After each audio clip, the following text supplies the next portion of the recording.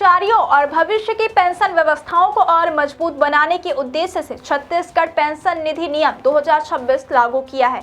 यह नया नियम हाल ही में राज्यपत्र में प्रकाशित किया गया और इसके लागू होने से प्रदेश के लगभग 4 लाख लोगों पर सीधा असर पड़ेगा।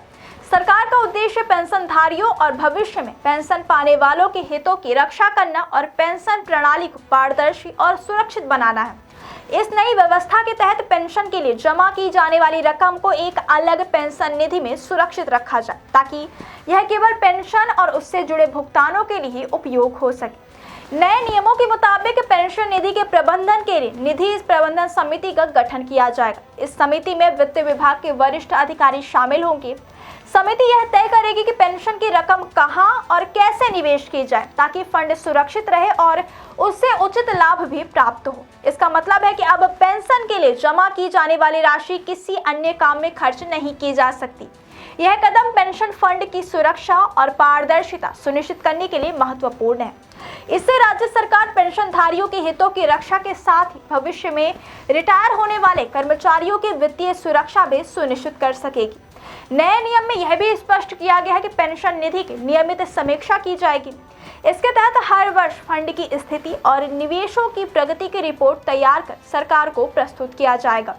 इससे यह सुनिश्चित होता है कि पेंशन निधि का दुरुपयोग ना हो और समय पर पेंशन भुगतान में कोई बाधा भी ना आए। लगातार निगरानी और रिपोर्टिंग से फंड के पारदर्शी संचालन के साथ साथ वित्तीय अनुशासन भी बनाए रखा जाएगा। इससे कर्मचारियों और पेंशनधारियों के बीच विश्वास बढ़ेगा और उन्हें पेंशन भुगतान में किसी प्रकार की अनिश्चितता का सामना नहीं करना पड़ेगा। छत्तीसगढ़ पेंशन निधि 2026 के लागू होने से राज्य के कर्मचारियों, वर्तमान पेंशनधारियों और भविष्य में पेंशन प्राप्त करने वाले कर्मचारियों को कई लाभ होंगे। सबसे बड़ा लाभ यह है कि अब पेंशन की रकम सुरक्षित रहेगी और समय पर पेंशन भुगतान सुनिश्चित होगा। भविष्य में आर्थिक अनिश्चितताओं या वित्तीय कठिनाइयों के बावजूद पेंशनधारियों को उनकी रकम समय पर मिलती रहेगी। इस नए नियम से पेंशन प्रणाली अधिक स्थिर, भरोसेमंद और पारदर्शी बन जाएगी।